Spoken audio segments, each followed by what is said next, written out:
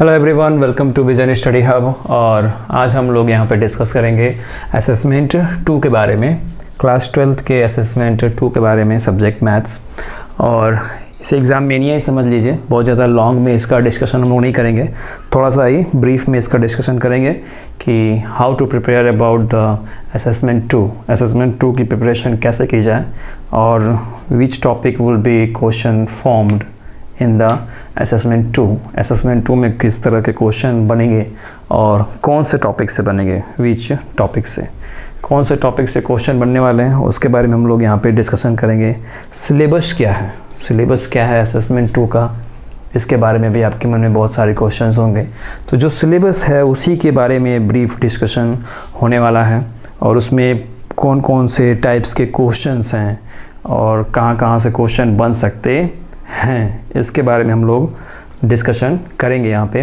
तो सिलेबस में सिर्फ 2 ही लेसन है हमारे पास, डिटर्मिनेंट्स हैं और दूसरा जो लेसन है वो है लेसन 5 कंटिन्यूटी एंड डिफरेंटिबिलिटी। तो डिटर्मिनेंट्स का जो बेसिक होता है मैट्रिसेस का जो चैप्टर था वो असेसमेंट 1 में आ चुका है, तो उसको यहाँ पे नहीं लिया गया। यहाँ पे उस मैट्रिसेस का नेक्स्ट लेवल जो होता है डिटर्मिनेंट्स, उसके बारे में क्वेश्चन यहाँ पे बनेंगे, ये आपके सिलेबस में दिया हुआ है। फिर कंटिन्यूटी एंड डिफरेंटिबिलिटी है, कंटिन्यूटी और डिफरेंटिबिलिटी से क्वेश्चन बनेगा। अब कंटिन्यूटी डिफरेंटिबिलिटी के बारे में आप लोग क्लास 11th में भी स्टडी कर चुके हैं और ये उसका नेक्स्ट लेवल है क्लास 12th का। यहाँ से कम्पिटिटिव एग्जामिनेशन में भी बहुत सारे क्वेश्चन आते हैं, बेसिकली यहीं पे फॉर्म होते हैं क्वेश्चन और यहाँ से स्टार्टिंग होती है। आप इंजीनियरिंग में जितने भी तरह के क्वेश्चंस पढ़ते हैं, जो भी कॉन्सेप्ट्स पढ़ते हैं, वो डिफरेंटिबिलिटी पर ही बेस्ड होता है। तो यहाँ से कॉम्पिटिटिव लेवल के लिए भी और एकेडमिक लेवल के लिए भी, आपके बोर्ड एग्जामिनेशंस के लिए भी टॉपिक्स जो है बहुत ही इम्पॉर्टेंट है। तो कौन कौन से टॉपिक से क्वेश्चन बन रहा है, आइए उसके बारे में हम लोग डिस्कस करते हैं। पहले बात करते हैं डिटर्मिनेंट्स के बारे में। तो डिटर्मिनेंट्स में पहला पॉइंट हमारे पास की find value of a determinant. कोई डिटर्मिनेंट दिया होगा, ऐसे करके दे दिया यहाँ पर डिटर्मिनेंट डेल्टा करके, और यहाँ पे 2 × 2 मैट्रिसेस का डिटर्मिनेंट्स है, इसकी वैल्यू पूछ सकता है, इसकी वैल्यू पूछ देगा। MCQ यहाँ से क्वेश्चन बनेगा, ठीक है। MCQ भी बन सकता है, शॉर्ट में भी क्वेश्चन बन सकता है, वैल्यू फाइंड करने के बारे में क्वेश्चन यहाँ से बन सकता है। सेकेंड नंबर टॉपिक है फाइंड वैल्यू ऑफ एलिमेंट्स। ध्यान दीजिएगा, डिटर्मिनेंट्स से ही किस तरह के क्वेश्चन के फॉर्मेशन हो सकते हैं उसके बारे में हम लोग यहाँ पे डिस्कस कर रहे हैं। Value of elements in equal determinants. अब हम यहाँ पे 2 डिटर्मिनेंट्स को इक्वल में दिखा रहे हैं, ध्यान दीजिएगा। ये भी 2 × 2 मैट्रिसेस का डिटर्मिनेंट्स है, ये भी 2 × 2 मैट्रिसेस का डिटर्मिनेंट है, और दोनों 2 × 2 मैट्रिसेस के डिटर्मिनेंट्स होने के कारण यहाँ पे 4 इसके एलिमेंट्स होंगे। 4 एलिमेंट्स में कोई एक एलिमेंट्स जो होगा वो, या 2 एलिमेंट्स x और y करके दे दें, यहाँ पे x करके दे दें, यहाँ पर y करके दे दें, और ये सब वैल्यू जो है वो कांस्टेंट हो बाकी के 3। और x और y का पॉलिनोमियल भी दे सकता है इसके अंदर, और x और y का इक्वेशन बना सॉल्व करने वाली कंडीशंस दे सकते हैं, और x और y की वैल्यू के बारे में वो क्वेश्चन पूछ सकता है। शॉर्ट आंसर में भी और MCQ में भी क्वेश्चन पूछा जा सकता है इस तरह से। यहाँ पॉलिनोमियल कर दे सकता है, यहाँ भी पॉलिनोमियल कर सकता है, या 2 पॉइंट्स पे 2 पॉलिनोमियल कर सकता है। यहाँ भी एक पॉलिनोमियल दे दे जिसकी वैल्यू आपको क्लियर कट नहीं मालूम है, बट इसके कंपेरिजन में यहाँ की वैल्यू दी जाएगी, यहाँ की वैल्यू वेरिएबल कर देगा, यहाँ की वैल्यू कांस्टेंट होगी। उसी तरह से 2 पॉलिनोमियल्स का इक्वेशंस बना करके आप वहाँ से x और y की वैल्यू को फाइंड कर सकते हैं। तो इस तरह का क्वेश्चन का फॉर्मेशन यहाँ से हो सकता है सेकंड नंबर पॉइंट से, find value of elements in equal determinant, equal determinant में। फिर थर्ड नंबर टॉपिक है find value of particular elements. Particular elements का मतलब कि एक ही डिटर्मिनेंट दिया हो, और जब एक डिटर्मिनेंट दिया होता है तो कंडीशंस कुछ इस तरह से होती है कि इसे हम दिखाते हैं A11, A12, A13, A21 है ये, और A22। अब इसमें से आपको A11 की वैल्यू पूछ सकता है, A22 की वैल्यू पूछ सकता है, A21 की वैल्यू पूछ सकता है, A22 की वैल्यू पूछ सकता है। किसी भी एक एलिमेंट्स की वैल्यू के बारे में ये पूछ सकता है। ये हो सकता है कि चारों एलिमेंट्स के बारे में ये पूछ दे कि इन एलिमेंट्स की वैल्यू क्या होगी। तो थर्ड नंबर पॉइंट हमारा ये है।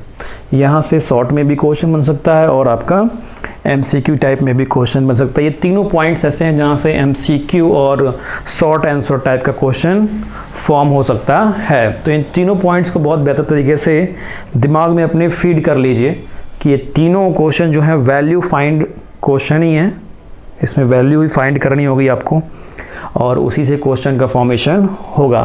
तो डिटर्मिनेंट सेक्टर में इन टॉपिक से क्वेश्चन बन सकते हैं। प्रूविंग वाली कंडीशंस यहाँ पे नहीं आएंगी लॉन्ग में, क्योंकि यहाँ से शॉर्ट में और MCQ में क्वेश्चन बन सकता है। फाइंड जहाँ पे वैल्यू करने वाली आती है, प्रूविंग वाली कंडीशंस को नहीं शो किया गया है।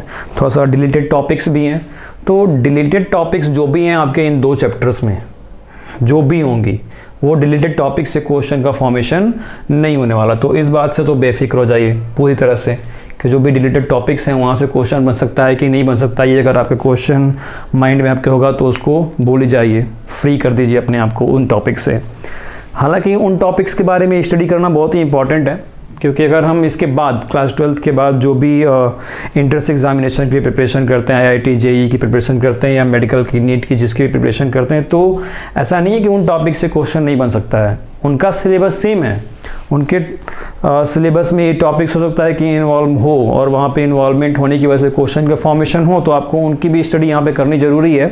तो आपको वो सब पढ़ना होगा, कुछ भी चीज़ें आपको लेफ्ट आउट नहीं करनी पड़ेंगी। सिर्फ आपके इस एकेडमिक एग्ज़ाम यानी कि बोर्ड एग्ज़ाम्स के लिए वो डिलीटेड टॉपिक्स हैं, तो उन डिलीटेड टॉपिक्स को आपको सिर्फ बोर्ड एग्ज़ाम्स में इनहेल कर दीजिए कि हाँ वो ठीक है नहीं आएगा। बट कॉम्पिटिटिव एग्जामिनेशंस के लिए अकॉर्डिंग टू कॉम्पिटिटिव एग्ज़ाम्स आपको उनको स्टडी करना होगा और इस बात को ध्यान में रख करके उन बातों को भी स्टडी करना आप सभी। जैसे कि कंटिन्यूटी एंड डिफरेंटिबिलिटी है, अब इसमें एक रोले थ्योरम्स आते हैं, तो इन सब चीज़ों को पढ़ना बहुत ही ज़रूरी है। हालांकि यहाँ पे भी क्वेश्चन नहीं बन रहा है, बट कॉम्पिटिटिव एग्जामिनेशंस में उन टॉपिक से क्वेश्चन बनता है, तो उन टॉपिक से क्वेश्चन बनता है तो उसको हम लेफ़्ट आउट नहीं कर सकते। अगर उन टॉपिक्स के बारे में स्टडी करना है तो आप इसी चैनल के इन वीडियोस में, क्लास 12th के वीडियोस में इन्हीं पर्टिकुलर चैप्टर्स के जो वीडियोस हैं, डिटर्मिनेंट्स, कंटिन्यूटी एंड डिफरेंटिबिलिटी, तो वहाँ पे आप उसको स्टडी कर सकते हैं। जितना भी वीडियोस वहाँ पे मौजूद है उसके अकॉर्डिंग आपको इनके वीडियोस मिलेंगे और आप उसको स्टडी कर सकते हैं, जिससे आपकी असेसमेंट 2 की प्रिपरेशन बहुत अच्छी हो जाए और आप अच्छे मार्क्स स्कोर कर सकें। इसके लिए आपको, अगर आपको वीडियो देखना है तो आप इन्हीं चैनल्स पे वीडियोस को देख सकते हैं, किसी भी चैनल वीडियो देख सकते हैं, उसमें कोई दिक्कत नहीं है। बट ये एज ए इन्फॉर्मेशन हाँ वीडियोस यहाँ पे मिल जाएंगे आपको। अब बात करते हैं सेकंड नंबर जो चैप्टर है कंटिन्यूटी और डिफरेंटिबिलिटी की। कंटिन्यूटी एंड डिफरेंटिबिलिटी में कौन कौन से टॉपिक से क्वेश्चन फॉर्मेशन होने वाले हैं। First, find value of limits. Left hand limits और राइट हैंड लिमिट्स से जो कंडीशन बनती है कंटिन्यूअस दिखाने वाली, उस कंडीशंस पे भी प्रॉपर्टीज़ है वो, तो उस कंडीशंस पे भी MCQ बन सकता है।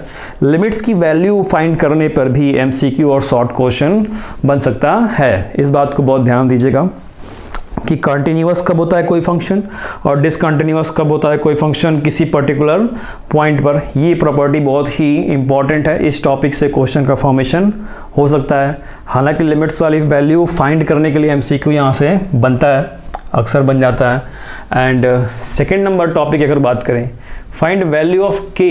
कोई फंक्शन है, उस फंक्शन में k का इन्वॉल्वमेंट होगा, वो वैल्यू पॉलिनोमियल दे करके आपको वहाँ पे शो किया जाएगा और वहाँ पे k की वैल्यू को फाइंड करने के बारे में कहा जाएगा। At a point, at a point का मतलब कि वो फंक्शन अगर x के टर्म में है या y के टर्म में है तो x की वैल्यू दी गई होगी, x इक्वल 1 2 0 4 5 -3 कुछ भी करके दिया होगा, तो वो एक पॉइंट हो गया। तो एक पॉइंट पर वो फंक्शन क्या होगा, कंटिन्यूअस होगा और फिर उसके अकॉर्डिंग सिमिलटेसली दूसरा फंक्शन कोई दिया होगा जो कि सिमिलर होगा और उसमें उसकी वैल्यू की कंडीशंस मैच करती होगी, तो k की वैल्यू को वहां पे पूछ सकता है। ऐसा क्वेश्चन वहां पे बन सकता है, फाइंड वैल्यू ऑफ k की वैल्यू फाइंड करनी होगी आपको वहां पे।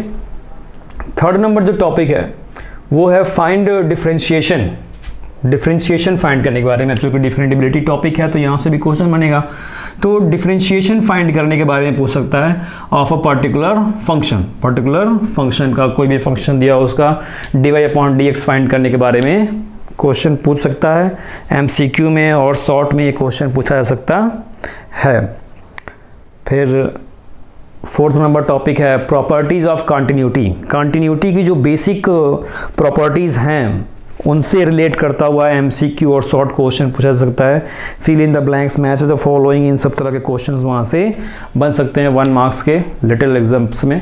और इस वजह से आपको इसकी प्रॉपर्टीज़ बहुत ध्यान से पढ़नी होगी। जो भी कॉन्सेप्ट है लैंग्वेज टाइप में लिखा हुआ है, ग्राफ बना के लिखा हुआ है, उन कंडीशंस को बहुत अच्छे तरीके से स्टडी कर लेना होगा आप लोगों को, क्योंकि वहाँ से क्वेश्चन बनते हैं, वहाँ से क्वेश्चन क्या होते हैं, बनते हैं, और हो सकता है कि इस बार भी बन जाए। अब 5th नंबर पॉइंट है नंबर ऑफ पॉइंट्स। ध्यान दीजिएगा, नंबर ऑफ पॉइंट्स करके क्वेश्चंस आते हैं। अब ये नंबर ऑफ पॉइंट्स क्या है, ये मैटर क्या है, ये ध्यान दीजिएगा। Number of points which any function is differentiable and any function is differentiable and not differentiable. ये 2 टॉपिक है यहाँ पे कि कौन कौन से टॉपिक पे वो फंक्शन, एक पर्टिकुलर फंक्शन होगा वो डिफरेंशिएबल होगा और नॉट डिफरेंशिएबल, डिफरेंशियल नहीं भी होगा। तो ऐसे पॉइंट्स के बारे में क्वेश्चन वहाँ पे पूछा जा सकता है। ये क्वेश्चन जो है लॉन्ग में भी आ सकता है, शॉर्ट में भी आ सकता है, हॉट्स क्वेश्चन है ये, नंबर ऑफ पॉइंट्स पूछने वाला। तो नंबर ऑफ पॉइंट्स आपको फाइंड करके बताना होगा। ये आपके NCERT के बुक्स में भी दिया हुआ है बहुत अच्छे से, RD शर्मा में भी है, RS अग्रवाल में भी है। RS अग्रवाल में प्रैक्टिस करने के लिए बहुत सारे क्वेश्चन हैं इसके, तो आप वहाँ से नंबर ऑफ पॉइंट्स फाइंड करने वाली कंडीशंस को देख सकते हैं। नंबर ऑफ पॉइंट्स जो टॉपिक है ये कम्पिटिटिव एग्जाम्स के लिए भी बहुत ज़्यादा इंपॉर्टेंट है और बोर्ड एग्जाम्स के लिए भी। बोर्ड एग्जाम्स में तो अगर मान लेते हैं कि 30 रेशियो होगा तो 70 कम्पिटिटिव एग्जाम्स के अकॉर्डिंग क्वेश्चन आते हैं इसमें नंबर ऑफ पॉइंट्स में। फिर 6th नंबर टॉपिक भी लॉन्ग टाइप क्वेश्चन है। ध्यान दीजिएगा, लॉन्ग टाइप क्वेश्चन है और इसमें 2 ऑप्शन है, फर्स्ट और सेकंड, 2 ऑप्शन है। अब ये लॉन्ग वाले में कंडीशंस क्या है, ध्यान दीजिएगा। Show the value of double differentiable, show करना है, शो मतलब कि प्रूफ करना होगा। डबल डिफरेंशिएबल का कोई कंडीशन वहाँ पे दे देगा, किसी पर्टिकुलर फंक्शन का डबल डिफरेंशिएशन करके दे दिया जाएगा और जो वैल्यू दी जाएगी ये कहा जाएगा कि आप उसको शो कीजिए, दिखाइए कि डबल डिफरेंशिएशन करने पर वही वैल्यू आएगी आपको। एज अ रिजल्टेंट आपको उतनी वैल्यू मिलने वाली है, उस चीज़ को शो करना होगा, आपको प्रूव करना होगा। तो इस बात को बहुत ध्यान से देख लीजिएगा और इस तरह के जितनी भी क्वेश्चन आपको मिलते हैं उनको सॉल्व कर लीजिएगा, उनको क्या कर लीजिएगा, सॉल्व कर लीजिएगा। जितना आप प्रैक्टिस करेंगे उतना ही आप इसमें बहुत बेहतर कर पाएंगे इस असेसमेंट 2 में। और असेसमेंट 2 जो है एक मिरर इमेज है बोर्ड एग्जाम्स के लिए। ध्यान दीजिएगा, असेसमेंट 2 मतलब मिरर इमेज बोर्ड एग्जाम्स के लिए और कम्पिटिटिव एग्जाम्स के लिए, तो आप इसकी स्टार्टिंग मान सकते हैं। फिर सेकेंड टॉपिक उसमें होगा find the value of double differentiable. अब कोई फंक्शन है उसको डबल डिफरेंशिएबल करके कितनी वैल्यू आती है वो फाइंड करने के बारे में भी क्वेश्चन पूछा जा सकता है पर्टिकुलर पॉइंट्स पे। और dy/dx यानी कि सिर्फ सिंगल डिफरेंशिएशन करने के बारे में भी पूछ सकता है किसी फंक्शन का। तो इस तरह से 2 क्वेश्चन को मिलाकर उसको और लॉन्ग किया जा सकता है, इस तरह से भी क्वेश्चन वहाँ पे बन सकता है। तो 6 नंबर टॉपिक बहुत ही इंपॉर्टेंट है लॉन्ग क्वेश्चंस के अकॉर्डिंग भी, और जो इसका पर्पस है यानी कि कम्पिटिटिव के भी और एकेडमिक के लिए भी, ये क्वेश्चंस का जो फॉर्मेशन है, ये जो टॉपिक्स हैं, ये बहुत ही इंपॉर्टेंट टॉपिक है। तो इसको अपने दिमाग में फीड कर लीजिए बहुत ही अच्छे तरीके से कि हाँ इस तरह के क्वेश्चन का फॉर्मेशन यहाँ से हो सकता है। तो ये जो यहाँ पे भी हम सिलेबस के बारे में डिस्कशन कर रहे थे, ये सिलेबस बहुत ही इंपॉर्टेंट सिलेबस है, एकेडमिक की एकदम पूरा बेस्ड है इसी पे। एकेडमिक कंडीशंस में आप कह सकते हैं बैकबोन है, इन्हीं टॉपिक से क्वेश्चंस बनते हैं। और अगर आपको ये सारे पॉइंट्स क्लियर हो जाएंगे, इनकी प्रैक्टिसेस आप कर लेंगे, जितना ज़्यादा से ज़्यादा क्वेश्चन आप सॉल्व कर सकते हैं और उसका आंसर ला सकते हैं और करेक्ट आंसर ला सकते हैं, तो आपके लिए बहुत ही ज़्यादा हेल्पफुल होगा वो, और आप बहुत ही अच्छे मार्क्स स्कोर कर पाएंगे असेसमेंट 2 में भी और बोर्ड एग्ज़ाम्स में भी आप बहुत ही अच्छे मार्क्स स्कोर कर पाएंगे। और जितनी अच्छी प्रैक्टिसेस रहेगी आप उतना ही कम्पिटिटिव एग्ज़ाम्स में भी बहुत ज़्यादा बेहतर कर पाएंगे। तो ये तो भी बात हो गई सिलेबस के बारे में। सिलेबस था हमारा डिटर्मिनेंट्स, कॉन्टिन्यूटी एंड डिफरेंटिबिलिटी, और कौन कौन से टॉपिक से क्वेश्चन का फॉर्मेशन होने वाला है। अब बात करते हैं हाउ टू प्रिपेयर, कैसे प्रिपरेशन की जाए। जो टॉपिक्स अभी मैंने आपको एक्सप्लेन किए, इन टॉपिक से इस तरह के क्वेश्चन बनते हैं, ये तो आप जान गए हैं। अब इनके वीडियोस आपको जहाँ भी देखने को मिल जाए इस कोरोना पेंडेमिक कंडीशंस में, आप वहाँ से उसको देख लीजिए। जितना बेहतर से बेहतर स्टडी कर सकते हैं उतना कर लीजिए। मैं ये नहीं कहूँगा कि इसी चैनल पे जो है उसी से स्टडी करिए, हालांकि इस चैनल पे जितना आपको मिल रहा है उतना आप स्टडी करते हैं, बट किसी भी चैनल से आप देख सकते हैं। कोई वो बाउंडेशन नहीं है कि आपको इसी से देखना है। आप कहीं से भी जितना भी नॉलेज मिलता है कहीं से भी मिलता है, लूट लीजिए, देख लीजिए, समझ लीजिए, पढ़ लीजिए, वो सबके लिए बेहतर है, आपके लिए बेहतर है। नॉलेज का एक गेम है, कोई इसमें जातिवाद या व्यक्तिगत या भाईवाद नहीं होता है। जितना है आप जहाँ से मिल रहा है वहाँ से ले लीजिए, पढ़ लीजिए। अपना काम बनने से मतलब है, यहाँ पे स्टडी करने से मतलब है। तो जो भी टॉपिक्स मैंने बताया आपको बहुत ही इंपॉर्टेंट टॉपिक्स हैं। इन टॉपिक्स के अकॉर्डिंग अगर आप प्रिपरेशन करते हैं तो आपका असेसमेंट 2 में मार्क्स बहुत ही अच्छा स्कोर होगा। तो स्टूडेंट्स कीप इट अप और बेस्ट ऑफ लक। हार्डवर्क कीजिए असेसमेंट 2 के लिए, कोई उसमें वो शॉर्टकट नहीं है, ये टॉपिक्स हैं और हार्डवर्क करने से ही अच्छे मार्क्स आप स्कोर कर सकते हैं।